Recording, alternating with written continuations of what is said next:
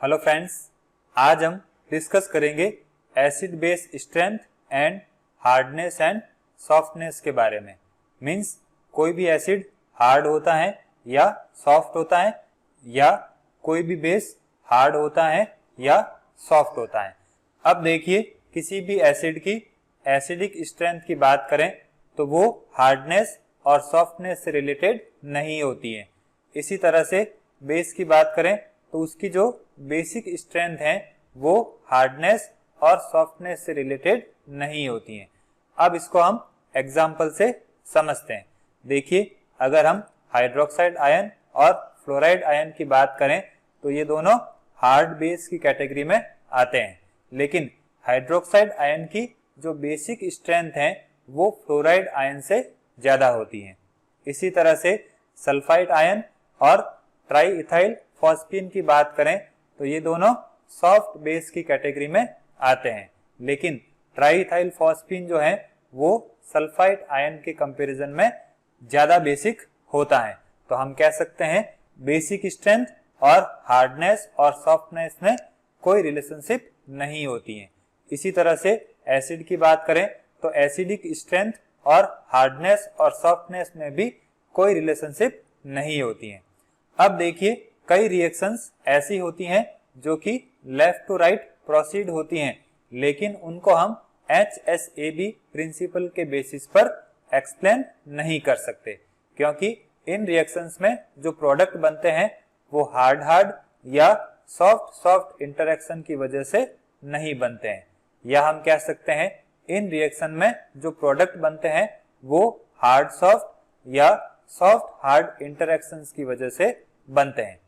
अब अगर किसी रिएक्शन में प्रोडक्ट हार्ड हार्ड या सॉफ्ट सॉफ्ट इंटरेक्शन की वजह से बनते हैं तो उस रिएक्शन को हम HSAB प्रिंसिपल के बेसिस पर एक्सप्लेन कर सकते हैं।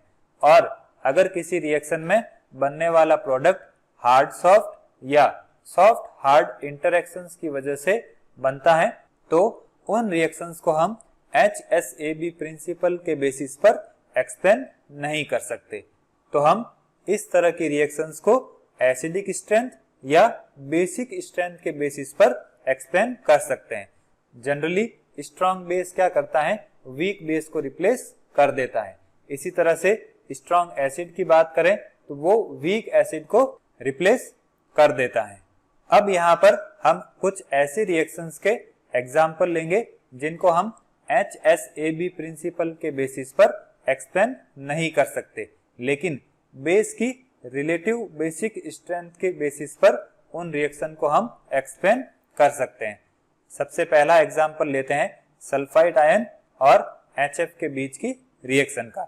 देखिए, सल्फाइड आयन की बात करें तो ये सॉफ्ट बेस होता है, और HF में H की बात करें तो ये हार्ड एसिड होता है, और F की बात करें तो ये हार्ड बेस होता है।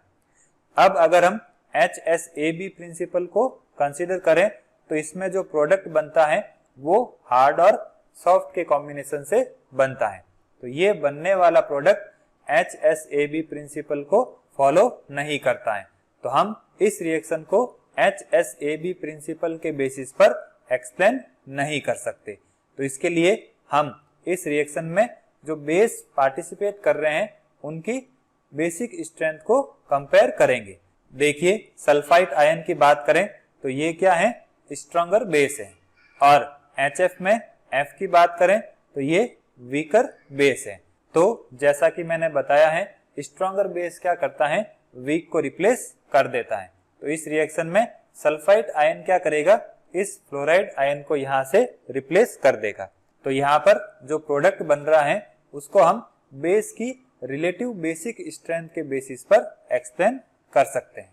इसी तरह से दूसरे एग्जाम्पल की बात करें तो इसमें हाइड्रोक्साइड आयन क्या हो जाएगा, हार्ड बेस, और मिथाइल मरकरी के साथ जो सल्फाइड आयन है वो तो हो जाएगा सॉफ्ट बेस, और मिथाइल मरकरी यहाँ पर सॉफ्ट एसिड हो जाएगा।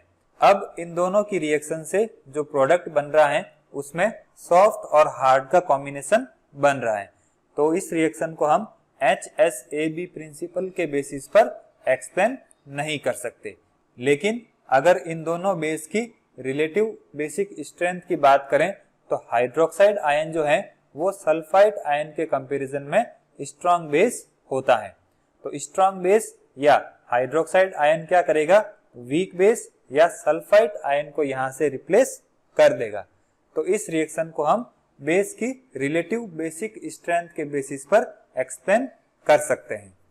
तो ये ऐसी रिएक्शंस हो गई जिनको हम HSAB प्रिंसिपल के बेसिस पर एक्सप्लेन नहीं कर सकते, लेकिन इनको हम बेस की रिलेटिव बेसिक स्ट्रेंथ के बेसिस पर एक्सप्लेन कर सकते हैं।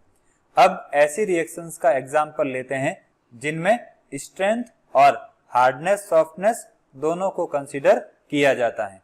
तो इस केस में हार्डनेस सॉफ्टनेस का जो रूल है वो एप्लीकेबल होता है। अब देखिए इस रिएक्टेंट की बात करें तो ये सॉफ्ट हार्ड के कॉम्बिनेशन से बना हुआ है, और इस रिएक्टेंट की बात करें तो ये हार्ड सॉफ्ट के कॉम्बिनेशन से बना हुआ है। अब यहाँ पर जो सल्फाइड आयन है वो क्या करेगा, इस फ्लोराइड आयन को यहाँ से रिप्लेस कर देगा, क्योंकि सल्फाइड आयन स्ट्रॉन्ग है और फ्लोराइड आयन क्या है, वीक है। अब इन दोनों की रिएक्शन से जो प्रोडक्ट बनते हैं उनमें सॉफ्ट सॉफ्ट और हार्ड हार्ड का कॉम्बिनेशन फॉलो हो रहा है। तो यहाँ पर इस रिएक्शन को हम HSAB प्रिंसिपल और रिलेटिव स्ट्रेंथ दोनों के बेसिस पर एक्सप्लेन कर सकते हैं। इसी तरह से इस रिएक्शन की बात करें तो इसमें भी जो प्रोडक्ट बन रहे हैं वो सॉफ्ट सॉफ्ट और हार्ड हार्ड के कॉम्बिनेशन को फॉलो कर रहे हैं। तो इस रिएक्शन को भी हम स्ट्रेंथ और हार्डनेस सॉफ्टनेस दोनों के बेसिस पर एक्सप्लेन कर सकते हैं। तो देखिए अभी जो हमने रिएक्शंस डिस्कस की हैं उससे क्या कंक्लूजन निकलता है कि जब कभी भी हम किसी भी एसिड बेस इंटरेक्शन या एसिड बेस रिएक्शन को कंसीडर करते हैं तो उस केस में हमें स्ट्रेंथ और हार्डनेस सॉफ्टनेस दोनों को कंसीडर करना बहुत नेसेसरी होता है। या हम कह सकते हैं किसी एक फैक्टर के बेसिस पर हम एसिड बेस इंटरेक्शन या एसिड बेस रिएक्शंस को एक्सप्लेन नहीं कर सकते हैं। अब देखिए स्ट्रेंथ और हार्डनेस सॉफ्टनेस के फैक्टर को जब हम साथ में कंसीडर करते हैं तो उसको समझने के लिए यहाँ पर हम बेस की स्ट्रेंथ को डिस्कस करेंगे। देखिए यहाँ पर बेस की रिएक्शन H+ या प्रोटॉन के साथ करवाई गई है और बेस की रिएक्शन मिथाइल मरकरी कैटायन के साथ करवाई गई है। अब इन रिएक्शंस के लिए डिसोसिएशन कांस्टेंट और pK की वैल्यू क्या होगी, उसके बेसिस पर हम स्ट्रेंथ और हार्डनेस सॉफ्टनेस फैक्टर को डिस्कस करेंगे। तो देखिए पहले डिस्कस करते हैं मिथाइल मरकरी और बेस के कंपाउंड की। जब इसका डिसोसिएशन होता है तो उसके लिए डिसोसिएशन कांस्टेंट की वैल्यू ये हो जाएगी। यहाँ पर B बेस को रिप्रेजेंट कर रहा है और यहाँ पर जो S लिखा हुआ है वो सॉफ्टनेस को रिप्रेजेंट कर रहा है। अब इसके लिए pK की वैल्यू जब लिखेंगे तो वो आ जाएगी ये। अब देखिए pKa और Ka में ये रिलेशनशिप होता है, या pK को हम इस फॉर्म में भी लिख सकते हैं। तो यहाँ हमने जो K की वैल्यू है उसको रिवर्स करके लिखा है। इसी तरह से बेस और प्रोटॉन के कंपाउंड की बात करें तो उसके लिए डिसोसिएशन कांस्टेंट की वैल्यू ये रहेगी। यहाँ पर H हार्डनेस को रिप्रेजेंट कर रहा है और इस रिएक्शन के लिए pK की वैल्यू ये हो जाएगी।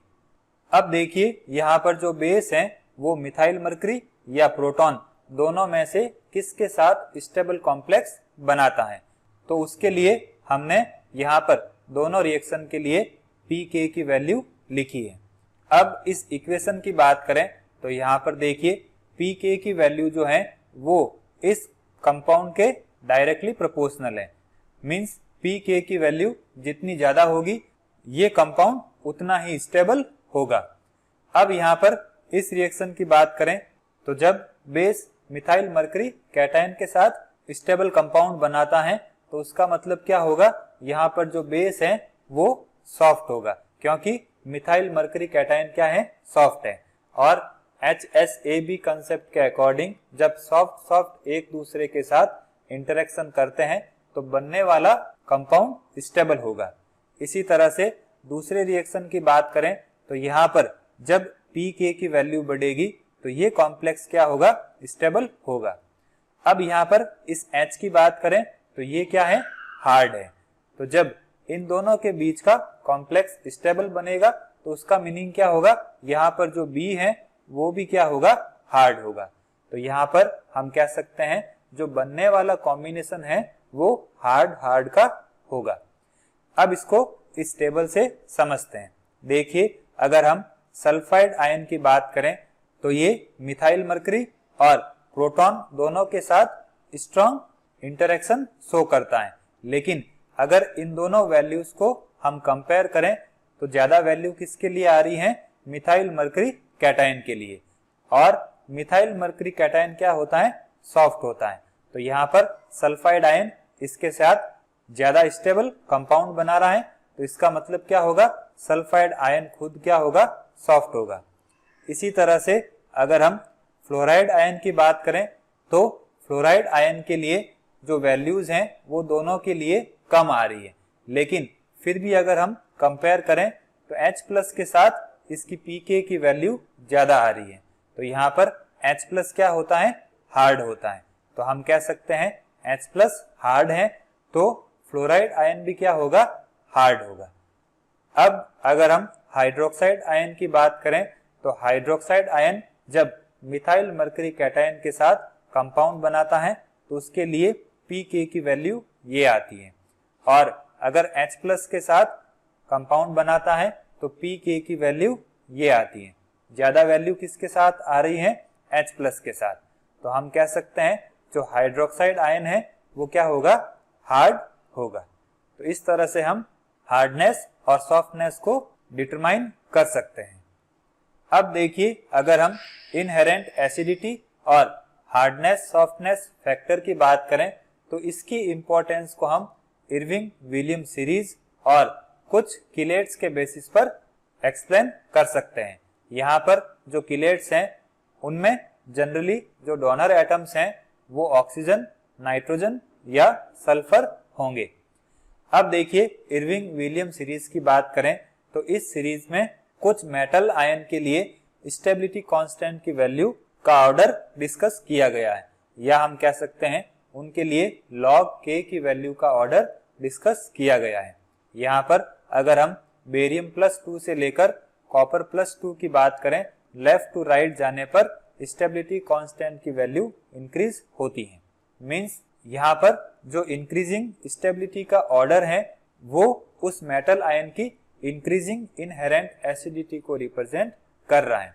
मींस जैसे जैसे हम लेफ्ट टू राइट जाते हैं स्टेबिलिटी बढ़ती है और उसके साथ साथ उस मेटल आयन की इनहेरेंट एसिडिटी की वैल्यू भी बढ़ती है। अब यहाँ पर जो एसिडिटी की वैल्यू इंक्रीज हो रही है वो मेटल आयन की डिक्रीजिंग साइज की वजह से होती है। अब अगर मेटल आयन की एसिडिटी इंक्रीज होती है तो वो क्या करेगा, लिगेंड से इनकमिंग इलेक्ट्रॉन पेयर को इजीली एक्सेप्ट कर लेगा। इस वजह से मेटल और लिगेंड के बीच में जो बॉन्ड बनेगा वो स्ट्रांग बनेगा और उस कॉम्प्लेक्स के लिए स्टेबिलिटी कांस्टेंट की वैल्यू ज्यादा रहेगी। अब यहाँ पर इरविंग विलियम सीरीज बताती है कि कौन सा मेटल ज्यादा स्टेबल कॉम्प्लेक्स बनाएगा, लेकिन पर्टिकुलर लिगेंड की बात करें तो कौन से लिगेंड के साथ ये स्टेबल कॉम्प्लेक्स बनाएगा, या हम कह सकते हैं ये जो मेटल आयन है वो कौन से किलेट के साथ स्टेबल कॉम्प्लेक्स बनाएगा। तो यहाँ पर जो टाइप ऑफ लिगेंड है वो हम हार्डनेस सॉफ्टनेस फैक्टर के बेसिस पर फाइंड आउट कर सकते हैं। देखिए, हार्डनेस सॉफ्टनेस फैक्टर क्या कहता है, इस सीरीज के लास्ट वाले जो मेटल आयन है वो हमेशा क्या होते हैं, सॉफ्ट होते हैं, क्योंकि उनमें डी इलेक्ट्रॉन्स की संख्या ज्यादा होती है। तो इस सीरीज में जो बाद वाले मेटल आयन है वो सॉफ्ट होने की वजह से ऐसे लिगेंड के साथ बॉन्ड बनाएंगे जिसमें सल्फर प्रेजेंट हो, या हम कह सकते हैं इन मेटल आयन के लिए डोनर एटम का सीक्वेंस ये रहेगा। और अगर इस सीरीज में जो स्टार्ट वाले मेटल आयन है वो जनरली हार्ड स्पीसीज की कैटेगरी में आते हैं, क्योंकि इन मेटल आयन के पास या तो डी इलेक्ट्रॉन्स होते ही नहीं है या बहुत कम संख्या में होते हैं।